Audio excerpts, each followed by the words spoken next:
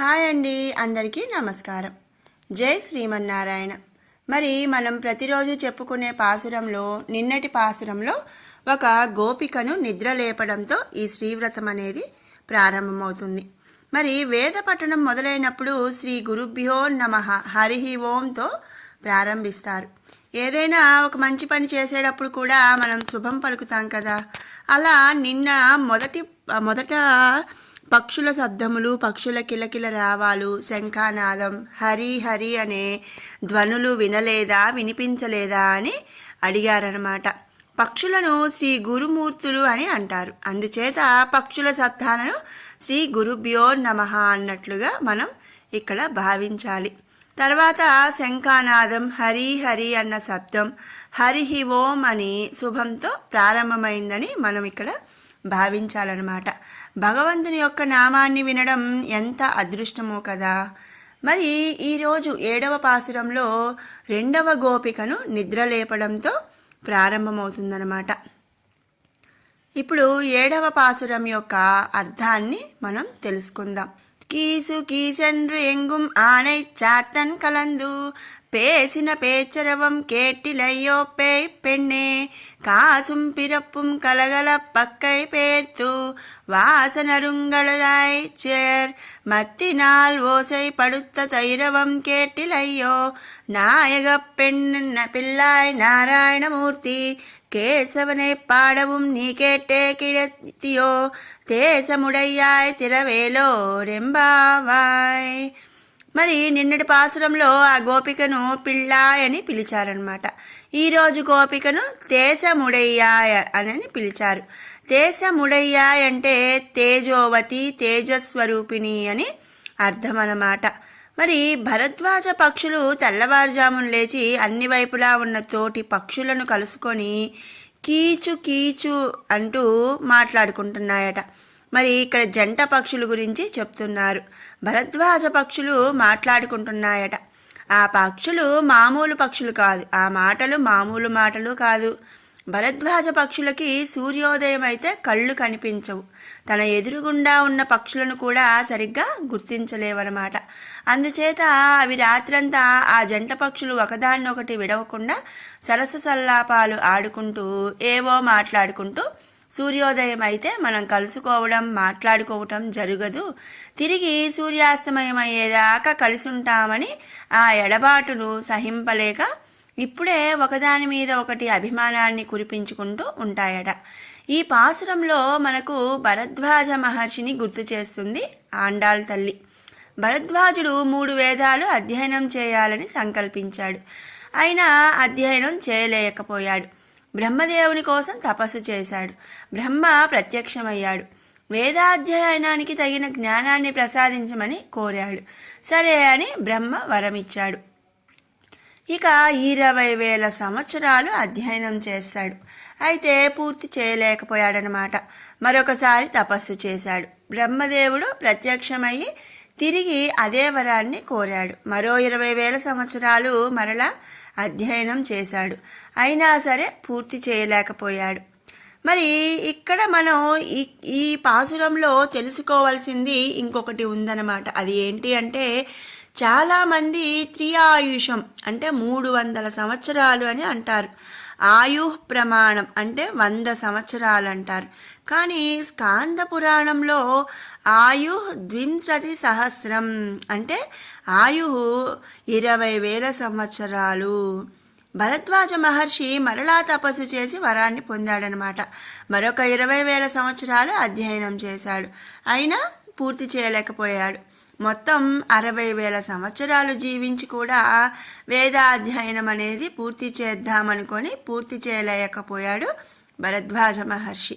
మరలా తపస్సు చేశాక బ్రహ్మ ప్రత్యక్షమై, ఏమయ్యా భరద్వాజ, ఇప్పటికైనా తెలిసిందా?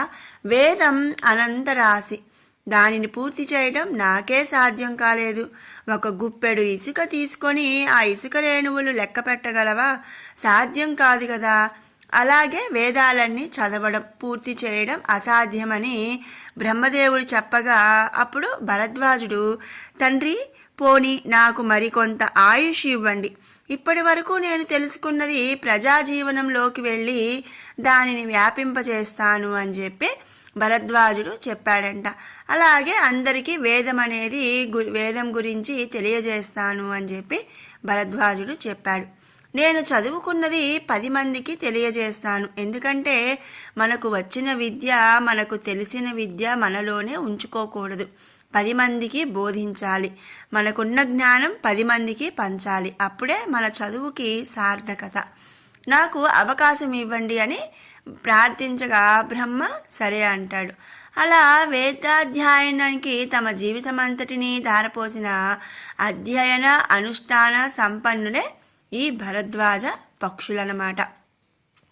మరి అలాంటి భరద్వాజ పక్షులు మాట్లాడుకున్న మాటలు వినబడలేదా నీకు? పెన్నె అంటే పిచ్చిదానా, పిచ్చి పిల్ల అని ఈరోజు గోపికతో అంటున్నారు ఆండాలమ్మవారు. కాసుం అంటే కాసుల పేరు, పిరప్పుం మెడలో ఆభరణాలు, కలగలప్ప ఒకదానికొకటి రాసుకుంటున్న శబ్దం, కై పేరుతూ చేతులు కదుపుతూ వాస నరుంగుళలాయ్ చియర్ గోపికలందరూ అలంకరించుకున్నటువంటి మంచి పరిమళం కేశాలకి అలంకరణలు. మత్తినాల్ ఓసై పడుత్తా కవ్వంతో పెరుగు చిలుకుతుంటే తయురరవం చిలికే ధ్వని, కేట్టిలయ్యో వినబడలేదా నీకు, వినలేదా అని చెప్పి ఆండాళ్ళు మరొక గోపికతో చెప్తుంది.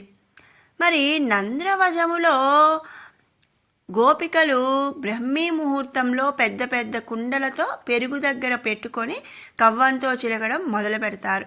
ఇది వాళ్ళ నిత్య కృత్యం అన్నమాట. మరి రాత్రి పాలన్నీ కుండలలో వేసి తోడు పెడతారు. అది ఉదయానికి గడ్డ పెరుగులా గట్టిగా తయారవుతుంది. పెరుగు చిలకడానికి కవ్వాన్ని ఆ కుండలో గట్టిగా పెట్టాలి. అంటే పెరుగు అంతా గట్టిగా తోడుకుంటుందన్నమాట. కవ్వం లోపలికి వెళ్ళాక కవ్వానికి ఉన్న తాడు పట్టుకొని ఇలా అలా అని తిప్పుతున్నప్పుడు సర్ సర్ అనే శబ్దం వస్తుంది. అది కూడా నీకు వినబడలేదా? ఇలా చిలుకుతున్నప్పుడు తల అటు ఇటు ఊపవలసి కూడా వస్తుందన్నమాట. అప్పుడు కొప్పు ముడి విడిపోతుంది. ఆ తలలో ఉన్న పువ్వులు రాలి కింద పడుతుంటాయట. ఆ పువ్వుల వాసన ఆ చుట్టుపక్కలంతా కూడా వ్యాపిస్తుందట. మరి ఆ వాసన కూడా నీకు తెలియలేదా? లేవమ్మా, లేచిరా అని చెప్పి ఆండాళ్ళు ఒక గోపికతో చెప్తుంది. నాయగ పెణ్ పిల్లాయ్ నారాయణమూర్తి కేశవనైపాడువం నీ కేట్టి కిడత్తియో. నాయగ పెణ్ పిల్లాయ్ అంటే ఓ నాయకీమణి, ఓ నాయకురాలా. మరి మా అందరికీ నువ్వు నాయకురాలు లాంటి దానివి కదా, మా అందరికీ లీడర్ లాగా ఉంటావు కదా.